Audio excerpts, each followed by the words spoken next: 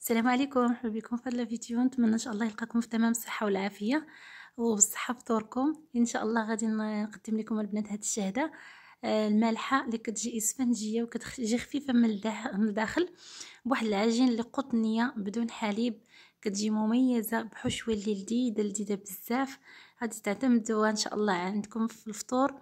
نتمنى ان شاء الله الفيديو ينال الاستحسان ديالكم وتتبعوا حتى الاخير باش تشوفوا طريقه التحضير والمقادير اللي جد بساط. غادي نبداو على بركه الله.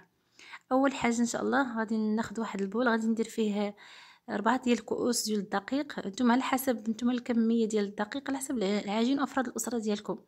المهم غادي نضيف انايا 4 الكؤوس ديال الدقيق فورس.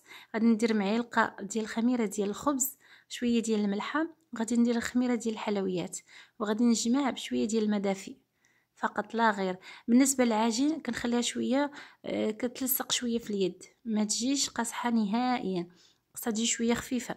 صافي من بعد ما كنجمع العجين بدون انكم تدلكوها، ملي هكا كتجمعوها تجمعوها هكا شويه، كديروا شويه ديال الزيت في يديكم وكتحاولوا انكم تجمعوه باش داك العجينه اللي في يديكم كلها كتزول، ما تبقاش العجينه شاده لكم في يديكم نهائيا.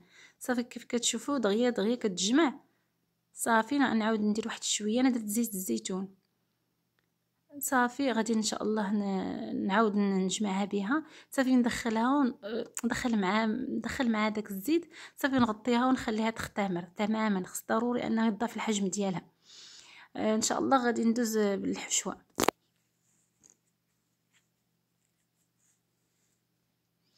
غادي نبداو الحشوه على بركه الله. كيف كتشوفوا عندي الفلافل الحمراء والخضراء، فلفله حلوه، بصله مشلضه رقيق، عندي شويه ديال الابزار، التحميره، الحرقوم بلدي، شويه ديال الثومه والملحه وسكينجبير، عندي شويه ديال الزيت النباتيه، قزبر ومعدنوس، وعندي صدر ديال الدجاج اللي قطعته قطيعات صغيورين. صافي غادي ناخذ المقيله ديالي ندير فيها هذا صدر ديال الدجاج مع البصله والزيت وشويه ديال الملحه، وغادي نشحروهم مزيان. ملي كيتشحروا غادي نزيد لهم الفلافل، وغادي ندير التوابل وقزبر ومعدنوس. ما كنديرش التوابل في الاول لانها غير كيتحرقوا. غادي نحركهم مزيان دغيا كلشي كيطيب، دغيا كيطيبوا كتنشف ديك الحشوه ديالها وكتجي كيناشفه وزويونه. صافي العجينه من بعد ما خرجت منها الهواء نيشان كنديرها كويرات بحال هكا، وكنمددها شويه وكندير شويه في المعلقه وكنحط كنجمعهم بجمع جوانب. كنديرها في المول ديالي اللي دهنته بالزيت ورشيته بالدقيق.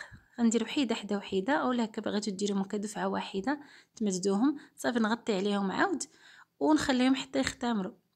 من بعد ما اختمروا غادي نشد واحد البيضه مع شويه نص كافي وغادي ندهنهم كلهم. غادي نرش عليهم شويه ديال الزنجلان اولا البافو اولا على حسب اللي عندكم اللي متوفر، وندخلها للفران طيب عادي، طيب الفوق ومن التحت.